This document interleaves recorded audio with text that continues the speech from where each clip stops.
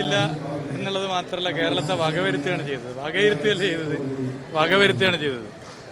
കേരളം എന്നൊരു പേര് പോലും പറയാൻ മടി കാണിക്കുന്ന സ്ഥിതിയാണ് പൊതുവെ ഉണ്ടായിട്ടുള്ളത്.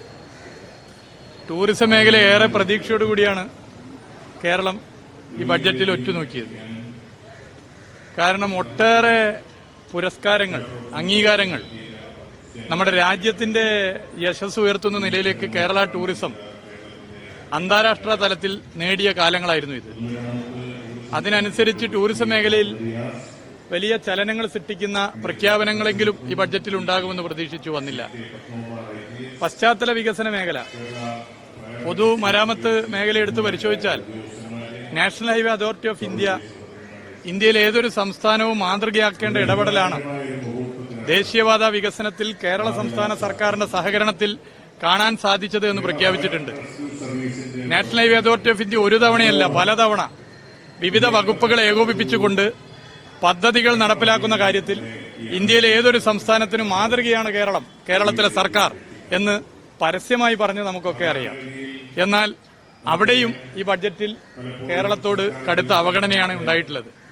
അതുകൊണ്ടാണ് ഞാൻ പറഞ്ഞത്, കേരളത്തിന് വേണ്ടി വകയിരുത്തുകയായിരുന്നില്ല, കേരളത്തെ വകവരുത്തുകയായിരുന്നു ഈ ബഡ്ജറ്റ്. യഥാർത്ഥത്തിൽ കേരളത്തെ ശരിപ്പെടുത്താൻ വേണ്ടിയുള്ള ഒരു നിലപാട് ഇങ്ങനെ സ്വീകരിക്കുന്നത് ശരിയാണോ? ഇപ്പോ IPC അല്ല, BNS ആണ്. നേരത്തെ IPC 307, ഇന്ന് BNS 109 കൊലപാതക ശ്രമം. യഥാർത്ഥത്തിൽ കേരളത്തെ കൊലപ്പെടുത്താൻ ഉള്ള ശ്രമമാണ്, സാമ്പത്തികമായി ഞെരുക്കി കൊലപ്പെടുത്താനുള്ള ശ്രമമാണ് ഈ ബഡ്ജറ്റിലൂടെ കാണാൻ വേണ്ടി സാധിച്ചിട്ട്. ഇത് പ്രതിഷേധാർഹമായ കാര്യമാണ്. കക്ഷി രാഷ്ട്രീയ വ്യത്യാസമില്ലാതെ എല്ലാവരും ഒന്നിച്ച് ഈ പ്രതിഷേധത്തിൽ അണിനിരക്കണം. ഒരു തവണ പോലും കേരളം എന്ന പേര് പോലും പറയാൻ തയ്യാറായില്ല എന്നുള്ളത് കടുത്ത അവഗണനയാണ്. ഇത് വകവരുത്തലാണ്, വകയിരുത്തലല്ല. വലിയ അവകാശവാദങ്ങളുമായി 2 മന്ത്രിമാർ കേരളത്തിൽ നിന്നുണ്ട്. ഞാനീ പറഞ്ഞതിൽ എല്ലാ കാര്യങ്ങളും ഉണ്ട്, എല്ലാ കാര്യങ്ങളും ഞാനീ പറഞ്ഞതിലുണ്ട്. മറ്റൊന്ന്, അങ്ങയുടെ ഈ പ്രസ്താവനയ്ക്കെതിരെ BJPയുടെ സംസ്ഥാന അധ്യക്ഷൻ കെ സുരേന്ദ്രൻ രംഗത്തെത്തിയിട്ടുണ്ട്. അദ്ദേഹം പറയുന്നത് കേരളത്തെ ഇന്ത്യയുടെ മറ്റൊരു ഭാഗമാക്കി മാറ്റാനുള്ള ശ്രമമാണ് അങ്ങ് നടത്തുന്നതെന്ന പ്രതികരണമാണ് കെ സുരേന്ദ്രൻ നടത്തിയത്. അദ്ദേഹം ഇത്തരം കാര്യങ്ങളിൽ എടുക്കുന്ന സമീപനം എത്രത്തോളം നിലവാരം താണതാണ് എന്നുള്ളതിന്റെ ഉദാഹരണമാണ്.